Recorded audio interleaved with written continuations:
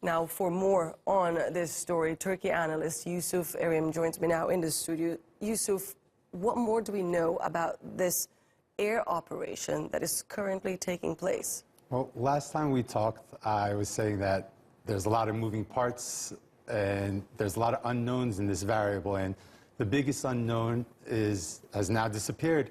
And it looks like the Russians have given the Turks the okay to go into Syrian airspace. Now, this is a huge development because it totally changes military strategy, as now the Turkish army can soften YPG strongholds before sending troops in on the ground.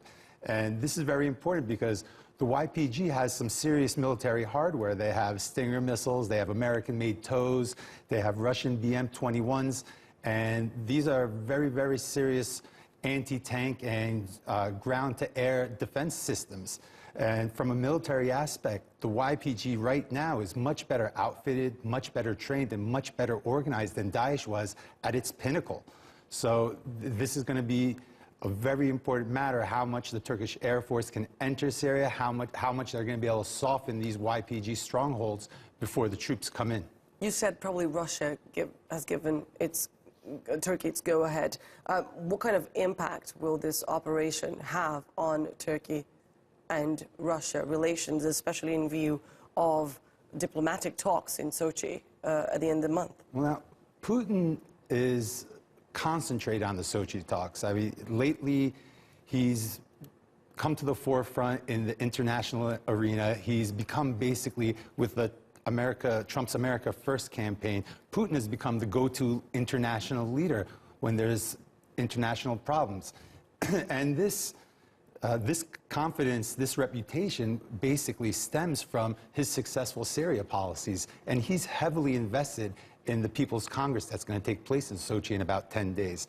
Now, he was worried that a Turkish incursion could torpedo these talks, but if he's allowed the Turks to enter into Syrian airspace, and let's not kid ourselves, this is not a decision by Assad, this is definitely approval from Putin for the Turks to enter Syrian airspace. This means that some type of compromise was reached between Erdogan and Putin. This compromise could stem anywhere from Turkey easing their stance on Assad to Turkey maybe promising to soften the opposition forces a little against Assad, because what Putin wants to come out of the Sochi talks is a new Syria that is still going to recognize Assad and the regime. So that's his main goal. Now, where does this leave the U.S.? The U.S. had warned Turkey against shelling YPG in the region. The U.S. supports the YPG and the Syrian Democratic Forces. What is likely to be the Americans' next move here? Now, when it comes to the olive branch operation, the newly coined term for the Afrin operation, the Americans are not a big factor, but the future operation that will be Manbij towards the east of Azaz, that's an area that's more controlled by the Americans, where they have more control over the YPG. So we're going to have to see how U.S.-American relations are going to play out as the Turks enter Manbij, and that phase of the operation is going to come to the forefront. All right. Thank you very much for that analysis, Yusuf Erim, for us. Now, a lot